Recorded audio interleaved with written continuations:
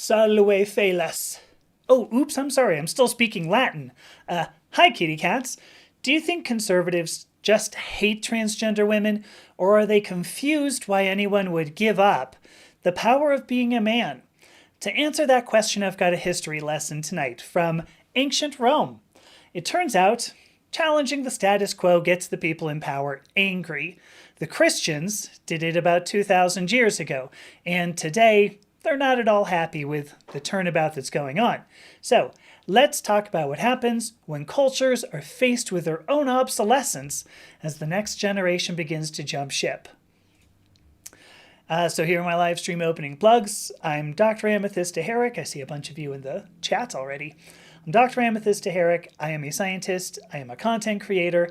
I discuss identity and gender using the scientific method. If you want to find out more about me and the work that I do, you can check that website down below, purplepawclan.com. There you'll find a page that's just about my story. You can see the social media networks I'm on. If you go to the blog, you can read the articles that I write. You can listen to and watch the podcasts that I record with very interesting people. And there is a page there also where you can join the Discord server that we started and be part of the solution by being part of the discussion. And finally, there are pages there that you can check out the hypnotherapy that I work that I do to help people work through issues with identity and gender. If you'd like to support my work, and I have no reason to believe you wouldn't, you can get a subscription there on the website, purplepawclan.com, for as little as $5 a month. While you're there, you can sign up even just for the free newsletter that publishes about every couple of weeks. And you can follow me on all of the social media networks I'm on, like and share what I do, and that is beautiful support in itself. So thank you all for doing what you do. Finally, I do publish other people's work on the website. If you'd like to contribute original work in identity or gender, please email me. You can use the contact page at the website below. Once again, purplepawclan.com. Oh, I just watched a bunch of messages go away. Is something funky going on? Oh, maybe not. I don't know. Looked like there was something crazy going on. All right, anyway, so let me get back to this idea for today. So first of all, here we go. I thought this was going to be fun. We've already got like some Latin here. I can't hear you. I have a banana stuck in my ear. It comes up pretty often when you think about it. So I want to say hi to Geneviève. I want to say hello to Angela and obviously to Margie. Oh, I can turn this off. Let me tell you what prompted this whole live stream, because I love doing that. So a couple of weeks ago, 2 or 3 weeks ago now, maybe only a week, doesn't make a difference. But a couple of weeks ago, I had a conversation with a friend of mine named Bryn. Now, I met Bryn actually through a magical order that's called Quaria. I had actually interviewed the founder of this magical order. Her name is Josephine McCarthy, and so Bryn and I met like that. Now, Bryn, I just realized I haven't put on lip balm. Give me one sec. Hi, Morgan. Hi, Charlotte. All right, so Bryn went through seminary school. I got to tell you, I'm not really sure how that's put, so sorry, Bryn. I believe he has a master's degree in divinity or whatever. He's got a ton of education analyzing Christianity as a whole, which includes a lot of the history of Christianity, the actual religion, the people involved, how the whole thing came together. He also has a lot of education on the scriptures and how, the religion should be applied today. Now, as a queer pagan, believe it or not, I actually really enjoy talking about this because it kind of helps me understand where Christians might be coming from. And here's an interesting tidbit, right? So Charlotte says, Christian, did I read blasphemy? Oh, wait, if you're not religious, you can't be blasphemous. We're safe here. I think it's interesting actually just to know some of this history, and I think it's fascinating to know. Somehow we got on this topic of early Christianity, specifically how there were some Romans, generally the young elite, left Roman cultures to go off and become Christians. And that made the Roman Empire mad, right? And so here you go, right? Apart from sanitation, aqueducts, roads, irrigation, medicine, education, wine, public baths, and public order, what have the Romans done for us? I think it's from a Monty Python thing. Morgan, I'm glad you're here. I haven't seen you in a while. So anyway, we got on the topic of early Christianity. The Roman Empire got mad when young elites left the Roman order to go become Christians. And so they responded ultimately by persecuting Christians. Maybe you've heard about that.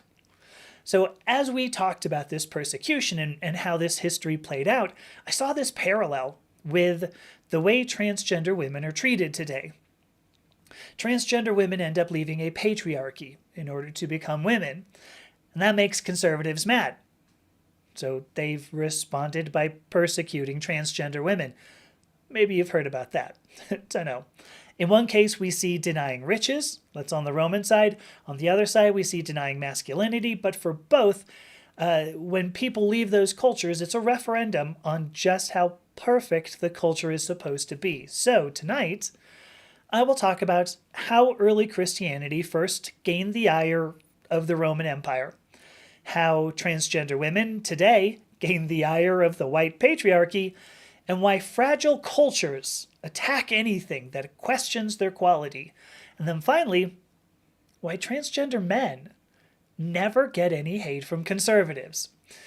And then, of course, if we're going to jump into, or if we're going to have time, we'll leap back into the game, Super Lesbian Animal RPG. It's so funny, I can never remember that. How long have we been playing it? I know we have to go find our people and take on Javis. Gotta tell you, I think I'm a little unsure. Hey, Shakespeare, good to see you. Oh, look at this. Shakespeare's going to a lesbian soccer bar. Like you do, right? Soccer bar. I hope you have a great night as well. Let's see here. So that's what we're going to talk about. Let's start this whole thing off. Let's talk about Romans and early Christianity. I don't know how much, if you're going to get offended by me talking about Christianity, you can, plug your ears or something. If you look at actual, like Jesus's actual teachings, like if you look at the Bible, which admittedly has gone through many, many translations, some of which were politically motivated, as you can say with the King James Bible and pretty much everyone after that. If you look at Jesus's original teachings, you'll find many things that don't quite add up when you think about today's Christians. In particular, one of those things is how riches and godliness don't go together. There is one quote in particular. I'm pulling this from the King James Version of the Bible, book 19, chapter 19, verse 24. Here we go. Can't believe I'm quoting Jesus on my show. It is easier for a camel to go through the eye of a needle than for a rich man to enter into the kingdom of God. Okay, let me say it again. It is easier for a camel to go through the eye of a needle than for a rich man to enter into the kingdom of God. Jesus was talking about the rich people who were around him. There were the people in the markets, the people who ran the markets. There were rabbis who were supported by the synagogue. There were just people who had a bunch of cash lying around.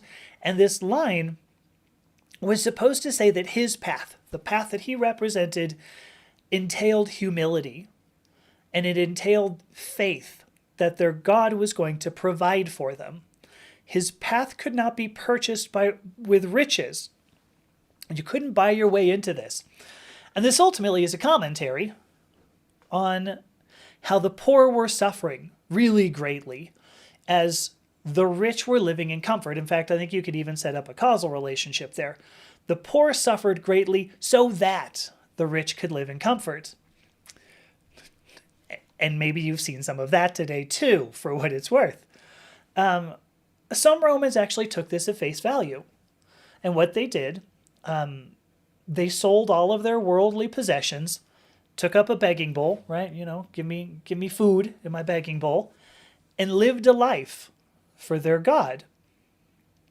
This was not entirely unknown to the Romans. We know very well they had temples, right? There were priests, there were priestesses, should have said priestesses first. There were priestesses and priests of Roman gods. What was unknown was to give up Roman riches to go serve a different god. And it wasn't the god itself, because they were really fine with other gods. They were great at this one thing called syncretism, where somebody would say, oh, we have a goddess of the river or something, and the Romans would go, oh, that's totally like our god of the sun. We'll just call him the same. What do you think? And people went, oh, okay, if you're not going to stab me. So the Romans were fine with other gods as long as you continue to pay homage to the emperor. The emperor always takes precedence over any god. I have two examples in particular of them getting upset. One of them is two women, actually.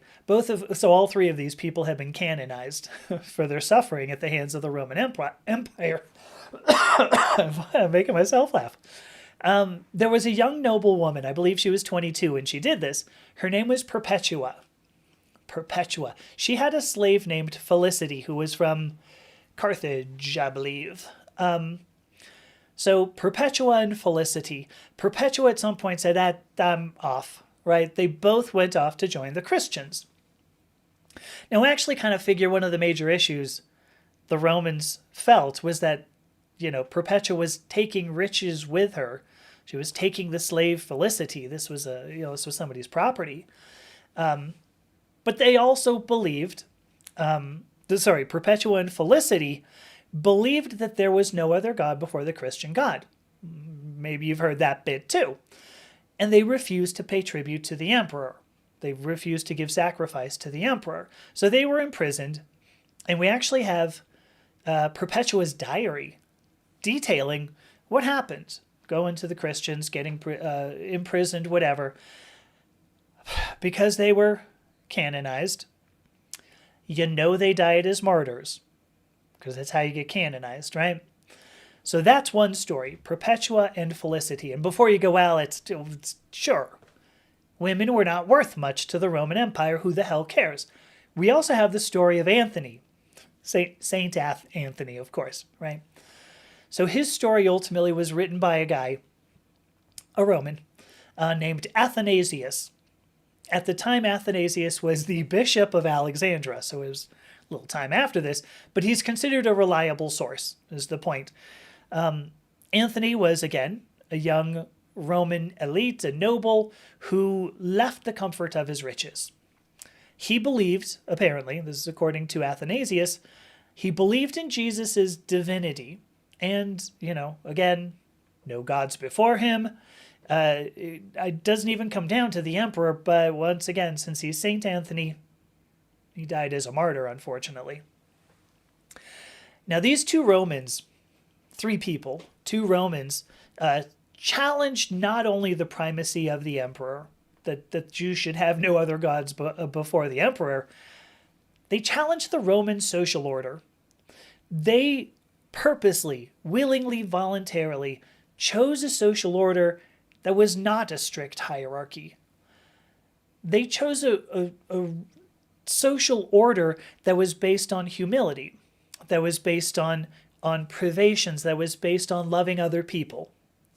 And believe it or not, that was a slap in the face to Roman culture, which at this point had been around for a while, right? They were feeling pretty good. They were feeling pretty successful by this point. They'd conquered most of Europe, most of the United Kingdom, well, Britannia anyway.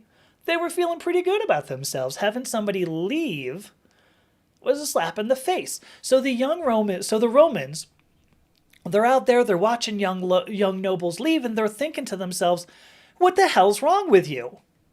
Right? Well, only in Latin, I suppose. So, quid est apud te malum infernum, right? I used Google Translate. I'm just going to tell you, along with the hi kitty cats at the beginning. So I thought it was going to be a good joke. The Romans watched people leave. They wondered what the hell's wrong with them, so they started responding by persecuting all Christians, not just the Romans. They were like, well, we'll just, I'll go after all of you. Maybe you've heard, about Christians being fed to the lions, unarmed Christians fighting gladiators. The Romans needed to reestablish dominance. They had to reestablish dominance. People who didn't want to be Romans, people who didn't want to be in that Roman social order, were a threat. Because it asked the question, it begged the question, what could possibly be wrong with the Roman order that people wouldn't want to be a part of it? God, they'd conquered Europe and Britannia. What could be wrong with the Roman order? The people wouldn't want to be part of that. The Romans didn't want to have to consider that their Roman order might be inadequate. So those are the martyrs. I have a footnote before we move on. Because certainly you do know that by the 3rd century of the Common Era, and if you don't know, I'll tell you, by the 3rd century of the Common Era, Emperor Constantine, he had many leaders of several Christian sects, I think it was 5 or 6, come together, and Constantine said, screw all y'all. I believe he said just that, only in Latin, so, semper would have never mind.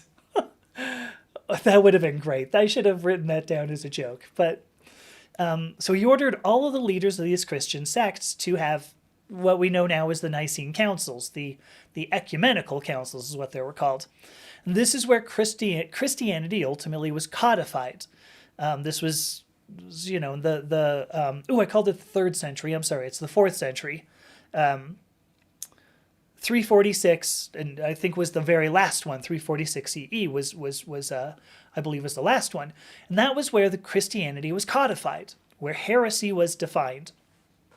Because before that, you just had a bunch of different sects walking around and going, so what do you do? We hit ourselves with flails, whatever. It was like rope flails. What do you do? We just walk around with our begging bowls. So they all got together, and anyway, somehow, very well, they ended up with a Roman Christian church.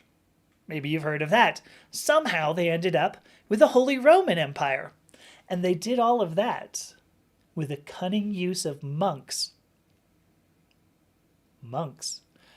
Seriously. Because at some point, somebody rich, asked, why do we have to be poor? What if we support somebody else who's poor?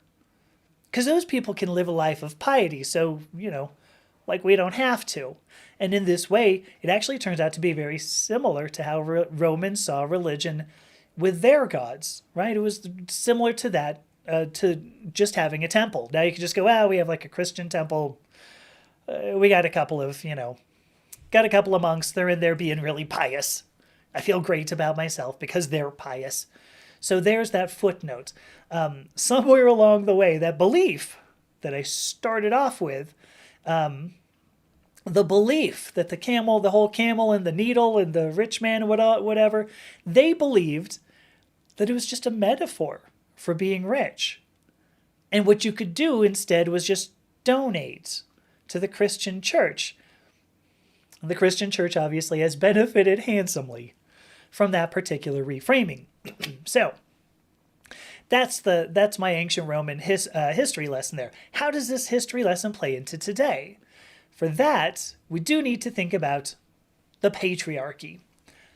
Now let me look at comments. Here we go. What do we got? I don't know, Shakespeare, if you're still here, but yeah, no using your hands in a couple of ways. All right, don't be if you're not the goalie, don't do it. I don't know this one. You always have the craziest lyrics. So Margie says she recommends listening to the King Missile song, Jesus Was Way Cool. Guess it says he could walk on the water and swim in the land. He could turn wine into water, wheat into marijuana, sugar into amphetamines. That seems pretty cool, I guess. So Angela says now it's not about money, but more on how you treat people around you with kindness and compassion. And yes, that's what this ended up turning into. Originally, Jesus' point was not. It was literal. That was why you had Romans who actually said, well, I'll just sell all my stuff and head off, This is a reframing. So this idea that the whole camel in the eye of the needle thing, it's a reframing to say, well, but not us. Like, some people ought to be poor. But if I'm rich, I can just, donate to somebody, donate to, Mormons say 10%, I think, of their income, various ways, various things. But I can just tithe, and I'll be cool because I'm tithing. I like saying that. Tithe. Tithe. So they're tithing, and they think they're cool. So there you go. And yes, here you go. So Margie sums it up as well. Only now we're looking at Greece. So Margie says that question, what the hell's wrong with the Roman social order? That question is as blasphemous to the dominant social order as Socrates was to the Athenian social order. Yes, very true. Now the difference with Socrates, I guess, is that it was not, it didn't come down to, he was just questioning things, right? He had the whole Socratic method. Right? I'm just asking questions, which people try to play off today when they go, well, but why do you need to transition? I'm just asking questions. And you go, Socrates, get thee behind me. The ecumenical council councils were an early form of group sects. Yes, that was really good. They did have a cunning plan. I love oh my God. Oh my gosh, that was pretty funny. It says, I am pious, and she has video proof of that. There's video proof all over the internet that pies somehow magically end up on me, in my face specifically. Let's talk about, wow, 520. Let's talk about transgender women and the patriarchy. If we fast forward, say, 1,940 years, something like that. If we fast forward like 1,000 years here, to just before World War II, right after, sorry, did I say just before? Just after. So just after World War II ends, we have a ton of soldiers, right, who have been injured. Maybe you've heard war has the tendency to do that. So what was interesting was, at least at the time, we had enough medicine to save their lives. Some people who would not have walked away, maybe I shouldn't say walked away, some people who would not have survived, would not typically have survived, were able to. So we had enough medicine. Hey, Victoria. We had enough medicine to save their lives. Ooh, you know what? I should probably check something. What do I got? Oh my gosh, I have a whole lot of... I'm so sorry. Look, we've got... Definitely disappointed God. I'm sorry, for some reason I didn't get these some of these comments from another streaming platform here. So forgive me for missing some of these. Oh, that just started over. Oh well. Okay, well, I'm gonna have to live with it. So here's the point. We had enough medicine to save lives, and that actually gave us, believe it or not, a big supply of people who were willing to engage with the new fields of plastic surgery. And so very quickly, as a result of having this large supply of people, new techniques were developed to allow soldiers to address the dysphoria, let's say, they felt from having an injured body. And not too long after, we started understanding the role of sex hormones, how critical they are to normal, like human, adult human operation of biochemistry. So we developed synthetic hormones. Maybe you've heard of those. And now we have plastic surgery. Now we have hormone replacement therapy. And all of that could be used for the cisgender women who are out there, and men, sorry, for the cisgender men and women to address the dysphoria that they felt.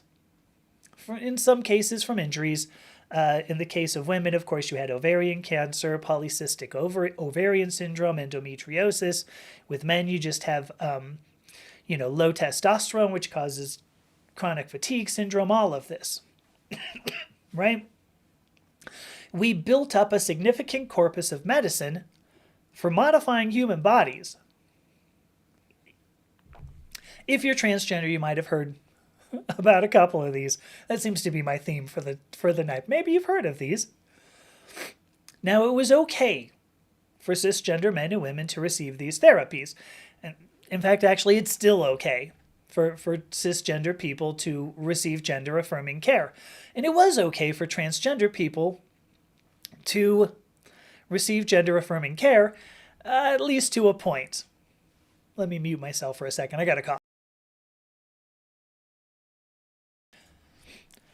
Starting in maybe the 60s, the 70s, these therapies that started to be used on transgender women, same therapies, right? Different people, different biographies, but that made people mad.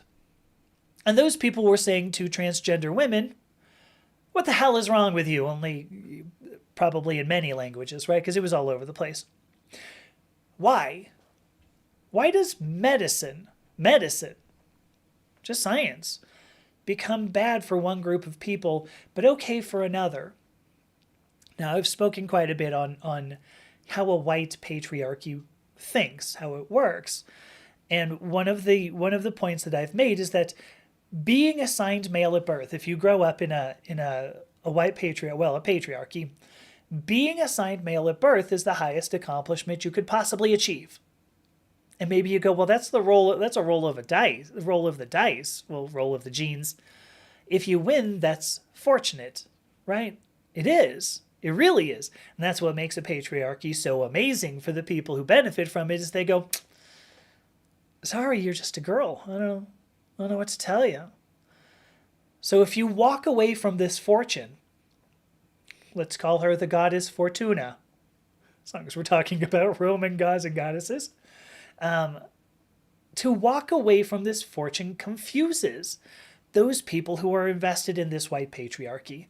If you walk away from the top rung of the ladder in this wealthy, oppressive culture, it's a referendum on that culture. It implies maybe that culture might be inadequate.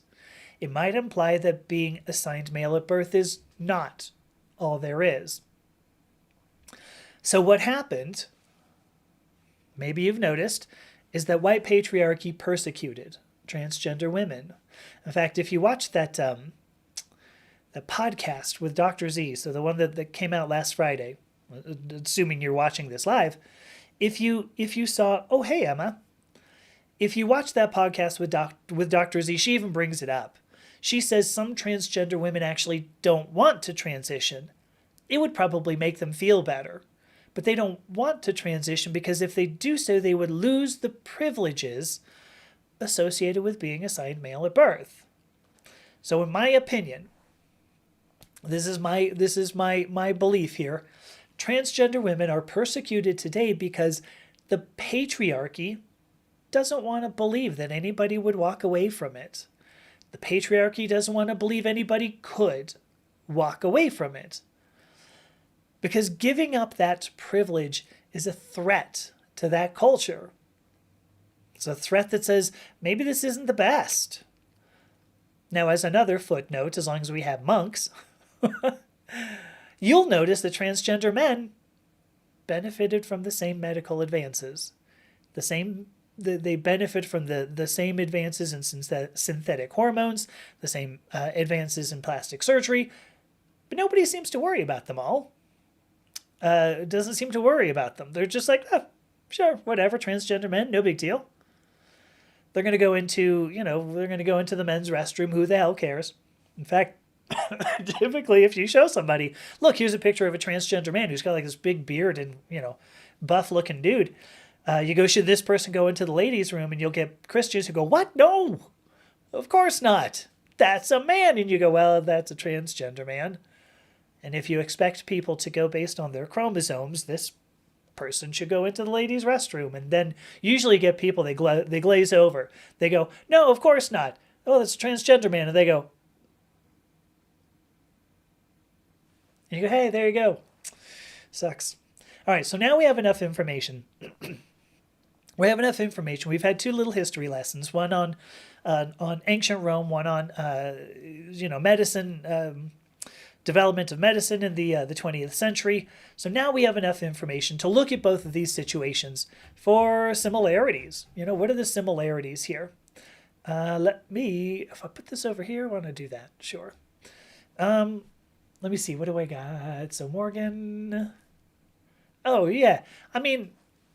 I agree with you here. Angela says she doesn't mind people asking questions about being transgender as long as they're polite. Yeah, people absolutely have to learn. They have to learn by asking these questions. So yes. And if you're just polite about it's okay. So Emma, yes, when I say transgender women, I do mean so male to female, MTF. So transgender man would be somebody assigned female at birth, and then transgender woman is somebody assigned male at birth. Yeah, here you go. Look at this. Gender affirming care is for everyone. It totally is. It's for the people right now who are saying we should ban gender affirming care. Bit ironic that, but there you go. Here was another one. Yes. So, forget what this is called. Institute, Sexwissenschaft. That's my German there. So you can see, not only do I not speak Latin, I don't speak German. But yes, that's in Berlin. Yeah, there was a lot of work that went into plastic surgery then. That actually started in the early 20th century. I don't know the exact date, 1904, 1905, but very early, about the same time, of course, that Albert Einstein was writing articles about Brownian motion and special relativity. I think it was the photoelectric effect, actually, in 1904. Here's the point. That got shut down, right? That got shut down in the 1930s. I don't know how much of their work was actually instrumental in this big sudden advance in plastic surgery. I know that there was somebody whose name escapes me, Elsa, I think, who was in Germany who got gender affirming surgery. So we know that was possible. And that was 1920s. I think it was 1920s, if I remember. And Morgan, if you can remember better, let me know. Let me see. Oh yeah, this was something so in New Zealand, the transgender healthcare. So I think you said this was surgery in particular, Margie, but they don't meet their guidelines. Oh, it says right there. They don't meet their guidelines for surgery timelines, by worse than an order of magnitude, which is pretty rough. See, here we go. Ooh, this is awful. Their guideline is to initiate the process in 4 months. They basically never start consultations until 7 to 10 years. Ooh, I can't even imagine. I love this. I saw somebody on a news program.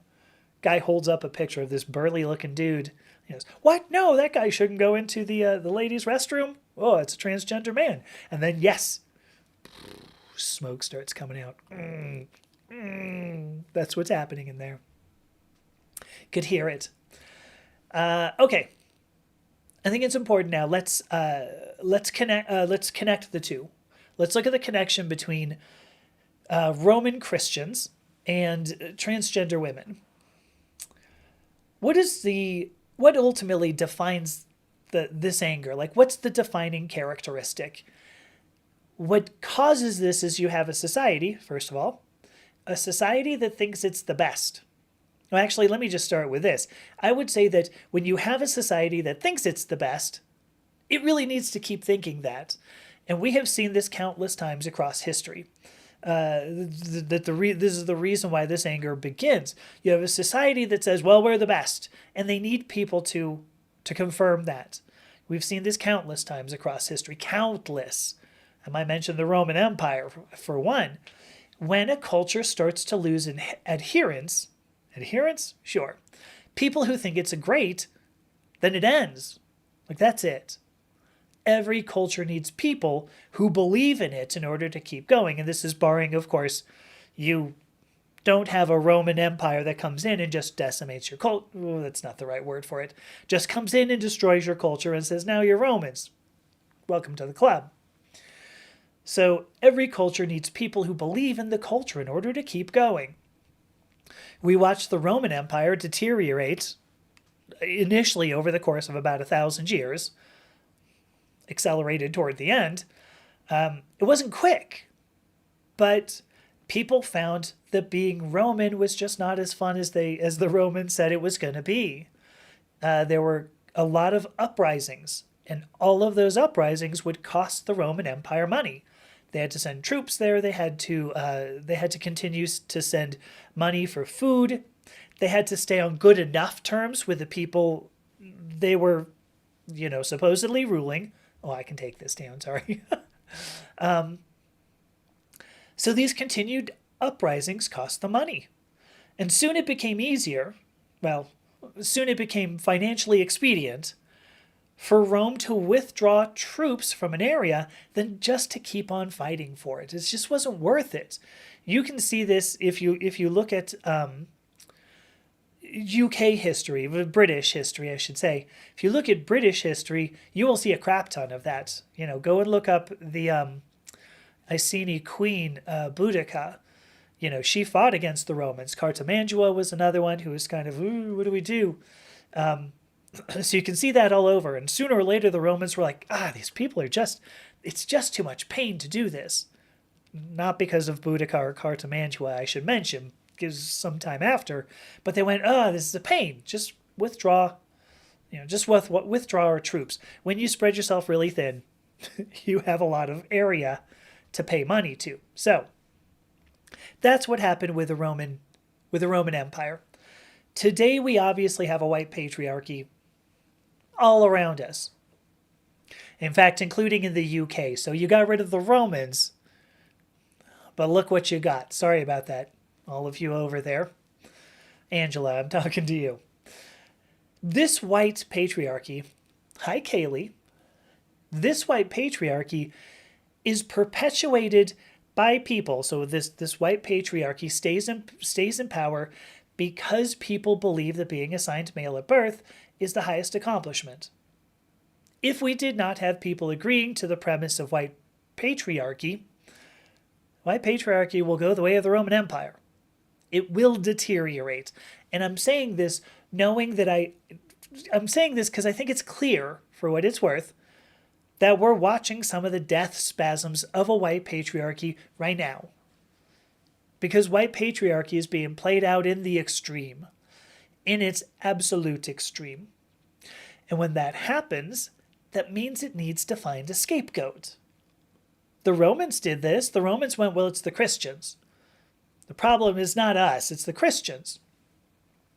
The white patriarchy has to find a scapegoat so that they can say, well, it's not that white patriarchy is bad. It's that transgender women are a symptom that needs to be stamped out. And I think if we had still had caught like a coliseum, you'd have transgender women being fed to lions. Now, an interesting little side note here is the Roman Empire was totally fine with homosexuality and gender diversity, right? They had nobody cared. They're like, yeah, we have emperors like this. That's fine. Don't, who cares? So we are seeing this now because you have a white patriarchy. And all of this that happens here, everything that happens, it comes down to obsolescence. Let me clear my throat. I'll just do it. All of this comes down to fear of obsolescence. Becoming obsolete, fear of becoming obsolete. It is frightening. For a person, for a country, for a culture, it's frightening to find out you're no longer relevant. It's frightening for a person, country, culture. It's frightening to find out you may lose power in the future. So as a result, what else do? You're going to strike out at the people who prove the best society is not the one that we have right now, but one that can change with time. In my opinion, there's a grand irony that Christians ultimately led the way 2,000 years ago. 2,000-year-old Christians, if you're out there, thank you. Their ideas of peace and humility, the ambivalence to wealth, These were groundbreaking thoughts. Wow, we could live a life and not just have to like stamp on other people's faces. We don't have to engage in jackbooted thuggery. Today you may notice they bar the way. Today they are the rich. Today they are the oppressors. In my existence, and if you're a transgender woman out there, your existence challenges their right to rule us. Now we can actually look at these footnotes. Again, of the monks, transgender men. Monks would be pious for the rich Romans. So it enabled Romans to be able to pretend to peace and humility, which they didn't have. But having monks allowed the Romans to pretend, at least for a while. Transgender men, they convert to the winning team. And I'm not blaming transgender men. You guys are great. In fact, you're about the same number as transgender women, somewhat interestingly. I think that's a little skewed toward men. Transgender men convert to the winning team, and that enables a patriarchy to continue to pretend that being assigned male at birth is still important. They don't care about transgender men because it's a way of pretending that they're still relevant, that they're not losing power. But ultimately, it comes down to this. If you have to threaten people to make them remain in your society, if the only way that you can prove how good your society requires you going out and killing those who disagree, bro, you were obsolete long before now. At this point, all you can do is prepare to fall as the world moves on without you. And that was all I had for tonight. My history lesson. There's a whole lot more comments here than I thought were going to pop up. What do I got? Oh, I think this is a good point. I'm going to move this thing now. Angela said, oops, guess I better not. Angela says the only question she never answers is her old name. Yeah, it is. It's because she says people often want to know. She doesn't tell them so that because they would associate her with the old name. What's interesting is I don't know. The name, when I have said the name, I've had people go, oh, well, you really don't like that. And I'm like, no, I never have. My whole life, never have. That's why I changed it. It's a weird question to ask. There's that one, when I first started transition, there were two big questions that I would get. The first one was, oh, are you still going to stay married? It was kind of a bit up to my wife as well. But then the other one is, were you going to get your nuts cut off? That was the other major question. It was usually delivered with about that level of sensitivity. So, ooh, gosh, that's right. Margie brought this up. She had somebody trot out her dead name without asking permission recently at this past Christmas. She stopped that dead. There you go. This is, oh my gosh, I love this comment. Who does a dead name serve unless they're fae folk? I would feel so uncomfortable telling them. Now, of course, with the fae, with the fae, the fair folk, I'm not going to be able to do the Welsh of that. My apologies, Mara Starling. Mara taught me how to say that, and I'm failing on you now. Point here is that the fairies sometimes they would ask for your name, and they wouldn't say, what's your name? If you look in stories, they say, may I have your name? And if you go, yeah, it's, Larry. I think there were probably a lot of ancient Welsh people named Larry, I'm assuming. They would go, perfect, and they'd take your name and then go off. Isn't that crazy? So, anyway, there you go. Yeah, I love that. But what would be okay with telling the fae? Would somebody be like, well, here's my dead name. Did you want it? Here you go. And then they run off and they go, la, la, la, la, la, ha, ha, I got your name. Wait a minute. You're okay. And I'd be like, right, because my name's Amethysta. And they go, curse you. And then they'd put like a ring of mushrooms or something, push me into it. End up with somebody will show up with a pie. Right, to go back to what Margie said. Here you go. This was the this is who it was. Thank you, Morgan. I was thinking Elsa, but you got it. Lily Elba received multiple surgeries. Yeah, so she got a uterus transplant. I guess I didn't realize she lived 4 months. I got to tell you, that's pretty impressive. Um, so Morgan says we've had this technology to implant a uterus for almost 100 years. Um, yeah, we haven't done it again, even though so many people would have wanted this. This is fascinating. So they said it was for moralistic reasons. Though some of those moralistic reasons were Nazi Germany. There you go. A lot of times you go, I'm not going to cross Nazi Germany. At least the people at the time. I guess Margie makes a good point. We really have the technology because Lily didn't make it through. But, I get it every so often. There's a guy, I don't even know what his name is. Because his handle, like on the streaming platform, is like ABCXYZ429. Which, of course, is somewhat less than identifying. But he will every so often comment on one of my videos and say, well, you just wait. I have a Ph.D. in genetics from Cambridge, where I was the captain of the rugby team, and all the girls loved me. I'm thinking this is untrue. But he keeps on saying, we're making new tissue, and just give us a couple of months, and you'll see, everything that you've done so far was stupid. And I'm like, okay, well, great.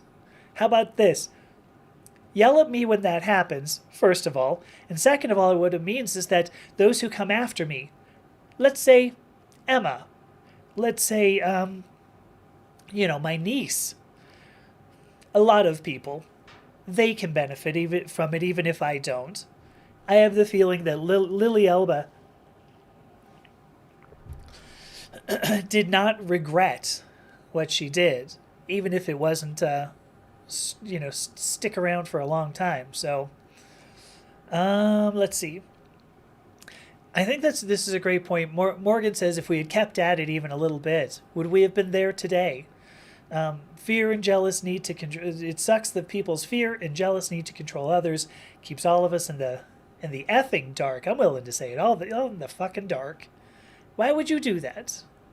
And I think this is what we're looking at. I think that when you have this jealous need to control others,